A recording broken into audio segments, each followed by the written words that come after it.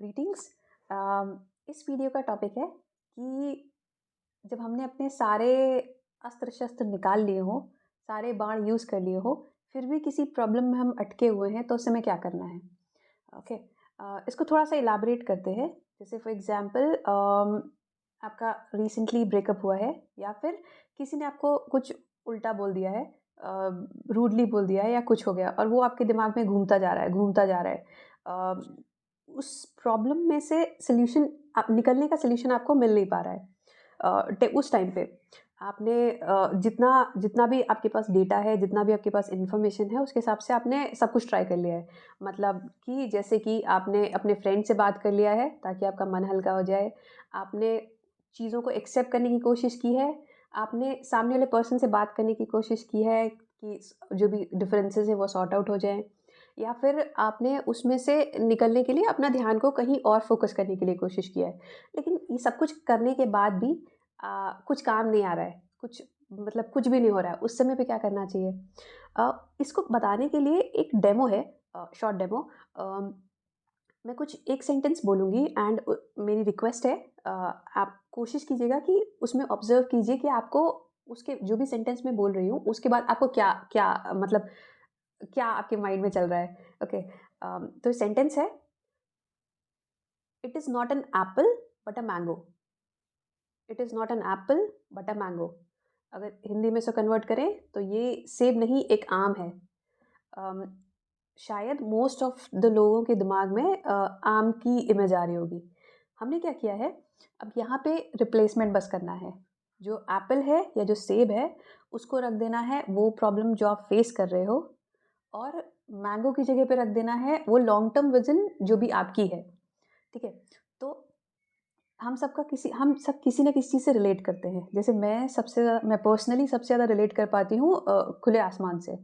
तो जो मैंगो है उसकी जगह पे मैं पुट करती हूँ स्काई, और जो यहाँ पे एप्पल है उसकी जगह पे मैं पुट करती हूँ क्लाउड्स। मतलब जैसे कि जब आसमान में बादल होते हैं तो हमें क्लियर आसमान नहीं दिख पाता, लेकिन हमें पता होता है ना कि एंड ये सिर्फ बादल हैं और एंड आसमान जो है, मतलब जो एंड गोल है या फिर जो क्लियर आसमान है वो ये नहीं है। तो अगर आप सब चीज़ में फँस जाओ तो आप ये एक बार ट्राई करके देखो। आप ये मतलब जैसे कि आप बोल सकते हो, these are just the clouds and not the sky. Okay.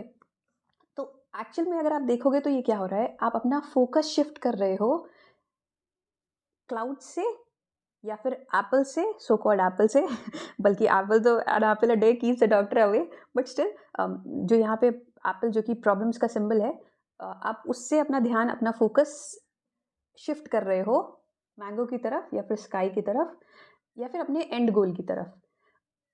अच्छा, अब मतलब बाकी इसमें इसमें थोड़ा-सा डिफ़रेंस क्या है, स्लाइट डिफ़रेंस ये है कि जैसे हम क्या होता है कि हम प्रॉब्लम से भागने की कोशिश करते हैं कि हाँ, मुझे ये नहीं, नॉर्मली यही होता है। अगर हम किसी चीज़ को अगर हमें सॉरी अगर कोई ऐसी चीज़ है जो हमारे दिमाग में रेगुलरली चल रहा है, तो हम क्या करेंगे कि हम अपने दिमाग में सोचने का कोशिश करेंगे कि मुझे ये नहीं सोचना है। जैसे मुझे इसके बारे में नहीं सोचना है, मुझे जिससे भी ब्रेकअप हुआ है उसके बारे में नहीं सोचना है।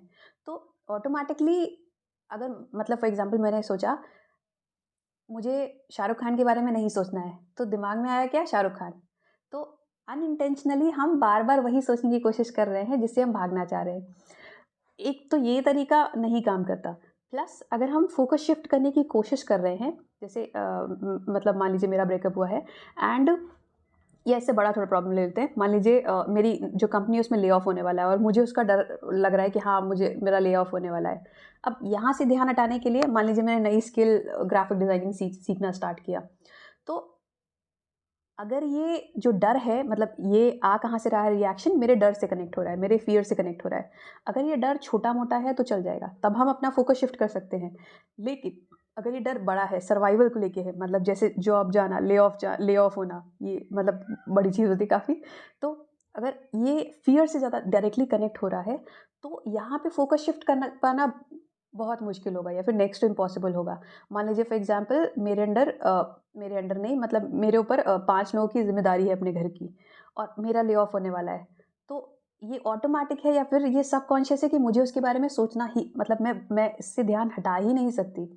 तो ये अपने आप आएगा। इसमें फ़ोकस शिफ्ट करना बहुत ही मुश्किल होता है, राइट? तो इस केस में ये काम कर सकता है कि आप क्या कर सकते हैं, आप जो भी आपके प्रॉब्लम्स हैं, उनको किसी का भी सिंबल दे दीजिए और जो भी आपका एंड गोल है, जो भी विज़न है, उसको कुछ और नाम दे दीजिए, जैसे these are just the clouds and not the sky. अब इसमें एक ट्रैप और है। ट्रैप ये है कि अगर आपका सेल्फ स्टीम बहुत हाई है, मतलब सेल्फ स्टीम हाई का मतलब मेरे हिसाब से जो डेफिनीशन है वो ये है, अगर आप अपने अच्छे दोस्त हो, अगर आपकी वैल्यू आपकी नज़रों में है, तो आपको इस चीज़ को अप्लाई करने में मैक्सिमम 2-3 दिन लगेंगे, मेरे एक्सपीरियंस के हिसाब से। बट अगर आपकी सेल्फ स्टीम जो है वो काफ़ी लो है, मतलब आप अपने सबसे बड़े दुश्मन हो या फिर आप अपनी वैल्यू आपकी नज़र में बहुत कम है, तो इसको अप्लाई करने में धीरे-धीरे करके आपको कम से कम 2-3 हफ्ते लग सकते हैं। Thank you so much.